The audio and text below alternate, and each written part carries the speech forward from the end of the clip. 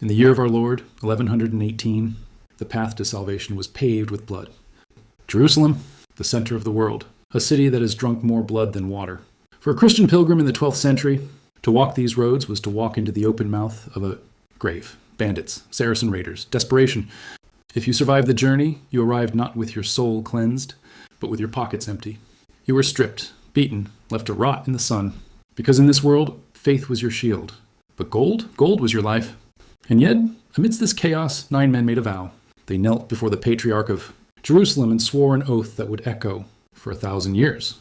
They swore to live in poverty, chastity, obedience. They called themselves the poor fellow soldiers of Christ.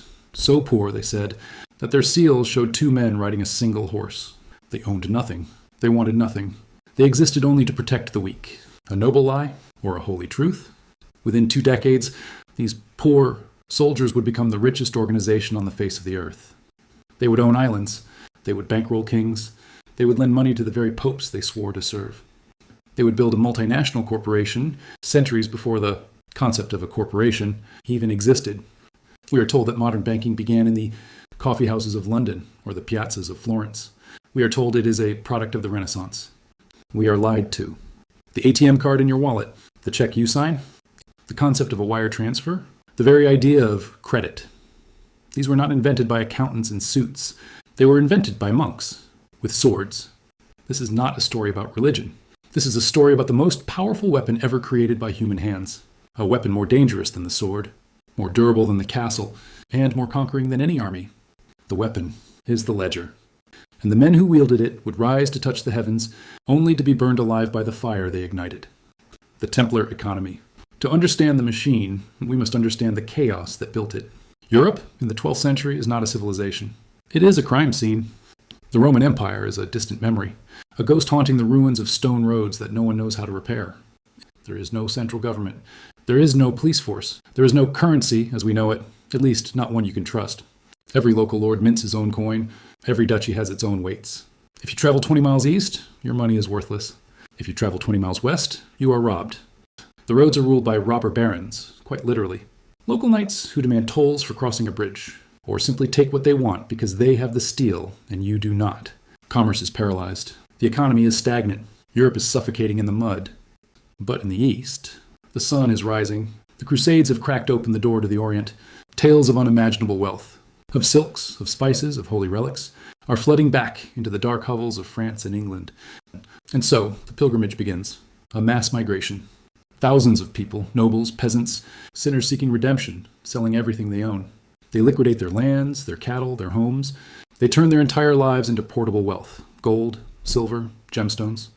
Imagine you are a French noble. You have sold your estate for a bag of silver marks. You must now carry this bag across 3,000 miles of hostile territory. You are a walking treasure chest. You are prey. The route to the Holy Land became a slaughterhouse. The economy of pilgrimage was an economy of theft. Wealth was moving, yes, but it was moving from the hands of the faithful into the hands of bandits. The problem was not spiritual. The problem was logistical. How do you move value across the world without physically moving the asset? Today, we move money as information, bytes of data flying through fiber optic cables. But in 1118, money was heavy. Money was metal. To move it, you had to bleed for it, unless someone could figure out a way to turn gold into paper. Enter Hugues de Payens and his 8 companions. They arrived in Jerusalem with a mission to protect pilgrims. But they quickly realized that swords were not enough. You cannot guard every mile of road from London to Jericho. It is impossible. They realized that to save the pilgrim, they didn't need to defeat the bandits. They needed to defeat the incentive for banditry.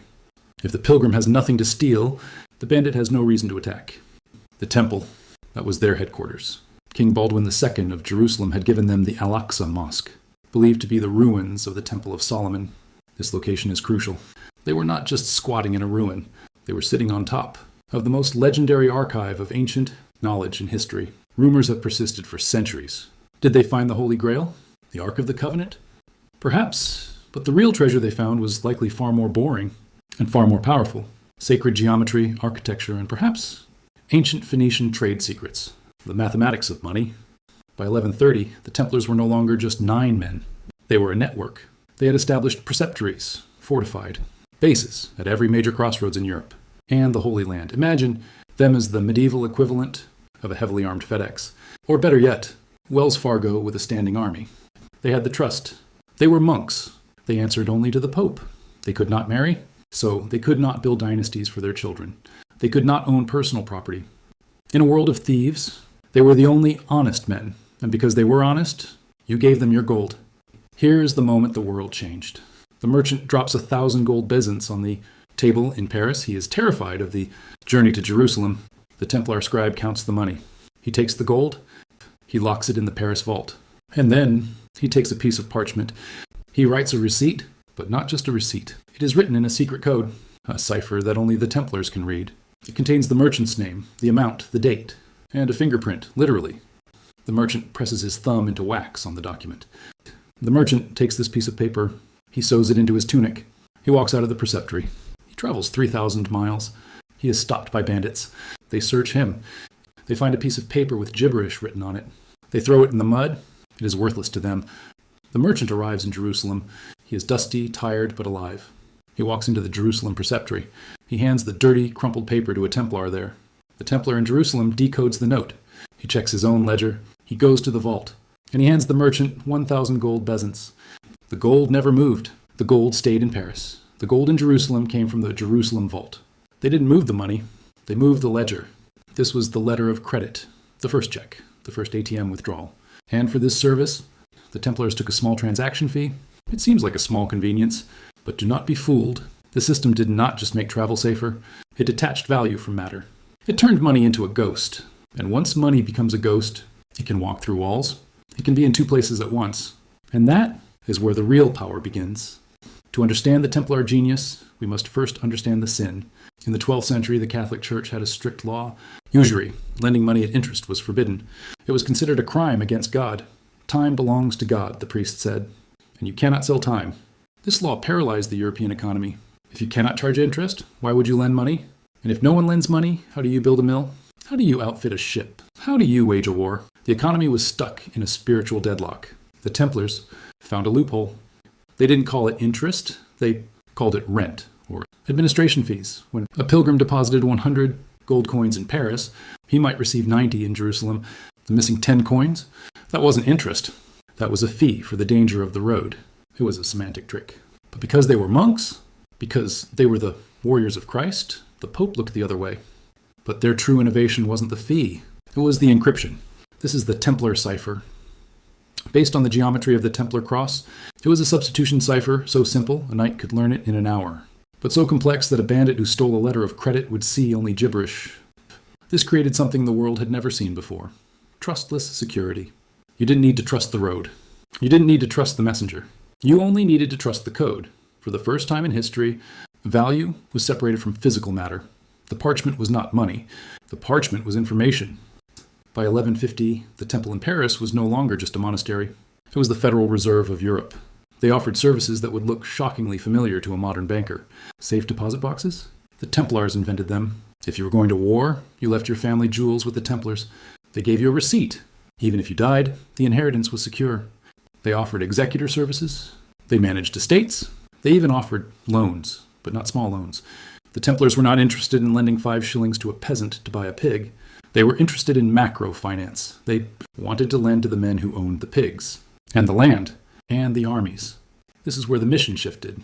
Protecting the pilgrims was the slogan, but the business was real estate and debt. When a noble wanted to go on a crusade, he needed cash, fast. He didn't have cash, he had land. So he went to the Templars. The deal was simple. The Templars would give the noble cash for his expedition. In exchange, the noble would mortgage his estate to the order. While the noble was away fighting in the Holy Land, the Templars would manage his land. They would collect the harvest. They would keep the profits. This was the repayment. If the noble died in battle, which happened frequently, the land often stayed with the Templars. If he returned alive but couldn't pay the principal, the land stayed with the Templars. Within 50 years, the poor fellow soldiers of Christ had become the largest landholders in France. They owned 9,000 manors. They owned entire islands. They owned the port of La Rochelle. They built a state within a state. In Paris, the temple was a fortress that overshadowed the king's palace. It had its own walls, its own police, its own laws, and here's the most terrifying part of the mechanics. They were tax exempt. In 1139, Pope Innocent II issued the papal bull Omni Datum Optimum. It was the ultimate corporate cheat code. It declared that the Knights Templar answered to no king. They answered to no bishop. They paid no tithes. They paid no taxes. They could cross borders freely. Imagine Amazon, Google, and BlackRock combined, and then exempt them from all laws and taxes. This wasn't just banking. This was sovereignty. They had the money. They had the sword. And they had the moral immunity of the church. They were the world's first multinational corporation. And, like all monopolies, they began to believe they were invincible. Success breeds arrogance. The rules of St. Bernard, poverty, humility, began to fade. The poor knights were now the bankers of kings. They started acting like it. They drank. They swore. The phrase to drink like a Templar became a common insult in medieval Europe. But their greatest mistake was not greed. It was visibility. When you are the bank, you hold the secrets of your clients. You know who is broke. You know who is desperate. And in the 13th century, the most desperate client of all was the King of France. The year is 1300. Meet Philip IV. Philip the Fair, the Iron King. He is a man of ice. He does not smile. He does not negotiate. He believes God has chosen him to rule France with absolute power. But Philip has a problem, a very modern problem. France is bankrupt. Decades of war with England have drained the treasury. The currency is worthless. There are riots in the streets. Philip needs money. Desperately, he has already robbed the Jews. He expelled them from France and seized their assets. It wasn't enough. He robbed the Lombard bankers. It wasn't enough. Every day, Philip looks out his window. And what does he see? He sees the temple. He sees the wagons of gold entering its gates. He sees the knights who pay no taxes. He sees a fortress that sits in his capital city but defies his law. And worst of all, he owes them money. The King of France was the Templars' biggest debtor. He had borrowed heavily to finance his wars. He owed them an amount that could never be repaid. In the world of finance, when you owe the bank a little money, the bank owns you. But when you owe the bank all the money, you have a problem, or the bank has a problem. Philip had a lawyer, Guillaume de Nogaret, a man who makes Machiavelli look like a choir boy. Nogaret whispered a dangerous idea into the king's ear. "Sire," he said, "why pay the debt when you can execute the creditor?" The timing was perfect. The Templars were losing their purpose. In 1291, the Holy Land fell. Acre was lost. The Crusades were over. The knights had been expelled. From the Middle East, they were warriors of Christ with no war to fight. They returned to Europe, sitting in their castles, hoarding their gold with no mission. Public opinion turned. People asked, why do we support these monks? They lost Jerusalem. Why are they rich while we starve? Nogaret weaponized this envy. He started a campaign of fake news that would make modern propaganda blush. He didn't accuse them of financial crimes. That's boring. He accused them of heresy. He claimed that during their secret initiation rites, they denied Christ, that they spat on the cross, that they worshipped a severed head called Baphomet, that they engaged in sodomy. Jacques de Molay, the Grand Master, was an old soldier. He was brave, but he was naive. He didn't understand politics. He didn't understand that the battlefield had changed. He thought his honor would protect him. He walked right into the trap. September 14th, 1307, King Philip issues a sealed letter to his bailiffs all over France. The instructions were unprecedented. On the dawn of Friday the 13th of October, you will open this letter and execute the order immediately. It was the first synchronized police raid in history. No internet, no phones, just sealed parchment and perfect timing. Philip knew he had to catch them all at once. If even one preceptory was warned, the treasure would disappear. The fleet would sail. The army would rise. The Templars went to sleep on Thursday the 12th as the masters of Europe. Bankers to kings, the untouchable hand of God. They had no idea that the sun was about to rise on a day that would become synonymous with bad luck for the rest of human history. Friday the 13th, the check was about to bounce. It happened all at once. At dawn on Friday, October 13th, 1307, the doors of every Templar preceptory in France were kicked down. There was no battle. There was no siege. The most fearsome warriors in Christendom were dragged from their beds in their nightshirts, confused, unarmed, betrayed. King Philip's agents didn't just arrest them, they dismantled their reality. Overnight, the narrative flipped. On Thursday, they were the soldiers of God. By Friday lunch, they were demon worshippers.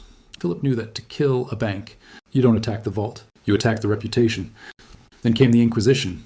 The methods were medieval, the rack, the strappado, burning oil. The goal was not truth. The goal was a script. Philip needed them to confess to specific crimes, spitting on the cross, kissing each other's navels, worshipping a cat, absurdities. Under the agony of torture, a man will say anything to make the pain stop. Hundreds of knights confessed. Even the Grand Master, Jacques de Molay, broken and humiliated, signed the confession. He admitted to denying Christ. It was the greatest show trial of the Middle Ages, and it worked. The public believed it. The order was dissolved. But here is the tragedy. History has unearthed a secret. In 2001, in the Vatican Secret Archives, a document was found, the Chinon Parchment. It proves that Pope Clement V actually absolved the Templars. He knew they were innocent. He knew the confessions were forced. But the Pope was weak, and the king was strong. The Pope buried the truth to save his own skin. He let them burn. March 18th, 1314, the final act. Jacques de Molay, now an old man, is brought out to a scaffold in front of Notre Dame. He is meant to repeat his confession to the public, to apologize and rot in prison. But as he stares at the crowd, something snaps. The old warrior returns. He shouts to the crowd. He recants everything. "I'm guilty only of one thing," he cries. "That to save my own life, I lied and condemned my order. The order is innocent. The order is pure." King Philip is furious. He orders Molay to be burned that very evening. They took him to the island of the Jews. They tied him to the stake. They lit the fire slowly to prolong the suffering. But as the flames consumed him, legend says Jacques de Molay did not scream. He stared directly at the royal box, at the king, at the pope, and he uttered a curse that would terrify Europe for centuries. God knows who is in the wrong and has sinned. Pope Clement, King Philip, I summon you. Before the year is out, I summon you both to the tribunal of God. It was impossible. A dying man's rant, but 33 days later, Pope Clement died of a sudden illness. Before the year was out, King Philip the Iron King suffered a stroke while hunting and died. The Capetian dynasty collapsed. France plunged into the 100 Years' War. The curse of the Templars had begun. But Philip's victory was hollow. When he opened the vaults of the Paris Temple, they were empty. The gold was gone. Where did it go? This is the greatest mystery in financial history. Witnesses claim that on the night before the raids, a fleet of 18 Templar ships set sail from the port of La Rochelle. They vanished into the Atlantic fog, never to be seen again. Did they go to Scotland? Did they go to Portugal? Some even say they went to America a century before Columbus. One theory stands out. The Templars were masters of encryption, banking, and neutrality. Suddenly, just as the Templars disappear, the Swiss cantons, a rough collection of farmers, suddenly become famous for military prowess and banking and secrecy. Is it a coincidence? Or did the Templar treasure become the seed capital of Switzerland? Others say they took to the sea. The Jolly Roger, the skull and crossbones, was originally a Templar symbol.